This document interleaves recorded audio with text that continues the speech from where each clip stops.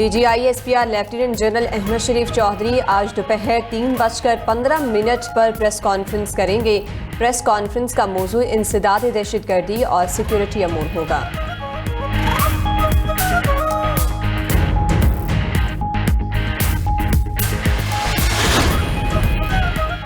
کسی کا باپ مملکت خداداد کو توڑ نہیں سکتا، کبھی دہشت گردی کے سامنے نہیں جھکیں گے، دہشت گردی کا جوان مردی سے مقابلہ کریں گے۔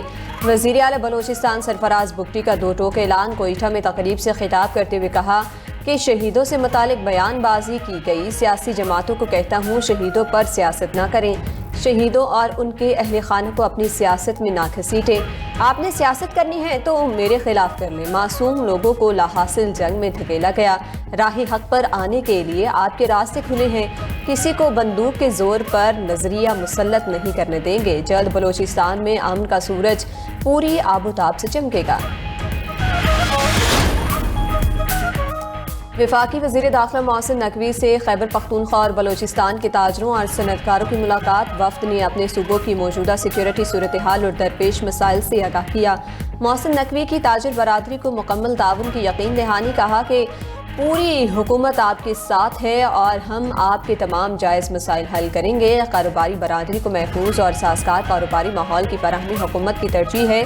ملکی معیشت کے استحکام کے لیے نجی شعبے کے کردار کو کلیدی اہمیت حاصل ہے۔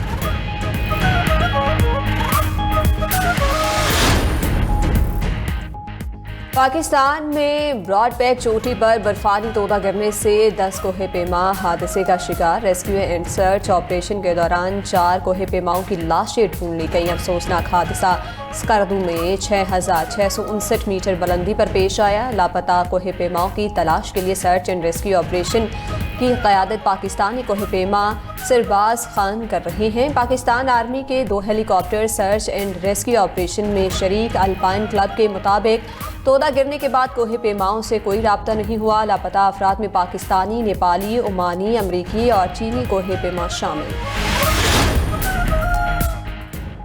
کوئٹہ کے علاقے سرنج میں کوئلے کی کان میں دھماکہ، 34 کان کنجاں بحق ہو گئے، 42 مزدور کان میں کام کر رہے تھے، 8 لاپتہ کانکنوں کی تلاش جاری۔ ریسکیو اینڈ سرچ آپریشن میں اب تک 34 مزدوروں کی لاشیں نکالی جا چکی ہیں۔ بلوچستان حکومت کا جاں بحق افراد کے لواحقین کو 5-5 لاکھ روپے اور زخمیوں کو فی کس 3 لاکھ روپے دینے کا اعلان۔ وزیر اعلیٰ میر سرفراز بگٹی نے محکمہ مائنز سے فوری رپورٹ طلب کر لی، کہا کہ غفلت یا کوتاہی ثابت ہوئی تو ذمہ داروں کے خلاف کارروائی ہوگی۔ وزیر اعظم شہباز شریف کا المناک حادثے پر اظہار افسوس، کہا کہ محنت کش ہمارا اثاثہ، مزدوروں کے لیے مستقل حفاظتی اقدامات اٹھائے جائیں۔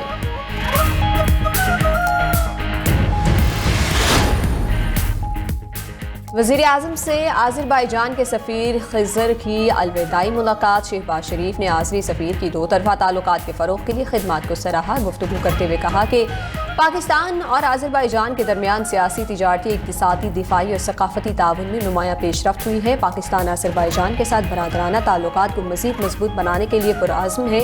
2 طرفہ تعلقات کی مضبوط بنیاد مستقبل میں معاون ثابت ہوگی۔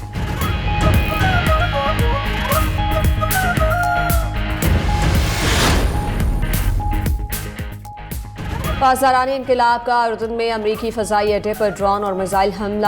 الجفر ایئر بیس پر حملے میں 3 امریکی F-35 طیارے تباہ کر دیے۔ ایرانی میزائل اور ڈرون ہدف پر لگنے سے متعدد امریکی فوجی ہلاک بھی ہوئے۔ ترجمان پاسداران انقلاب کا دعویٰ، کہا کہ حملہ کشم جزیرے پر امریکی اسٹرائیک اور شہریوں کی اموات کا جواب ہے۔ پاسداران انقلاب کا بحرین میں بھی امریکی شیخ عیسیٰ ایئر بیس پر حملے کا دعویٰ۔ ڈرون حملوں میں پاور جنریٹرز اور نیویگیشن سسٹمز کو نشانہ بنایا گیا۔ ادھر امریکی فوج نے اردن پر ایرانی حملے میں F-35 جنگی طیارے تباہ ہونے کی تردید کر دی۔ امریکی سینٹرل کمانڈ کا کہنا ہے کہ ایران کے حالیہ حملوں میں کوئی جنگی طیارہ تباہ نہیں ہوا، نہ ہی کوئی نقصان پہنچا۔ وزیر اعلیٰ پنجاب مریم نواز کی زیر صدارت پنجاب صاف پانی اتھارٹی کا اجلاس۔ مریم نواز نے 5 دن کے اندر صوبے بھر میں صاف پانی کی فراہمی کا منصوبہ طلب کر لیا۔ کہا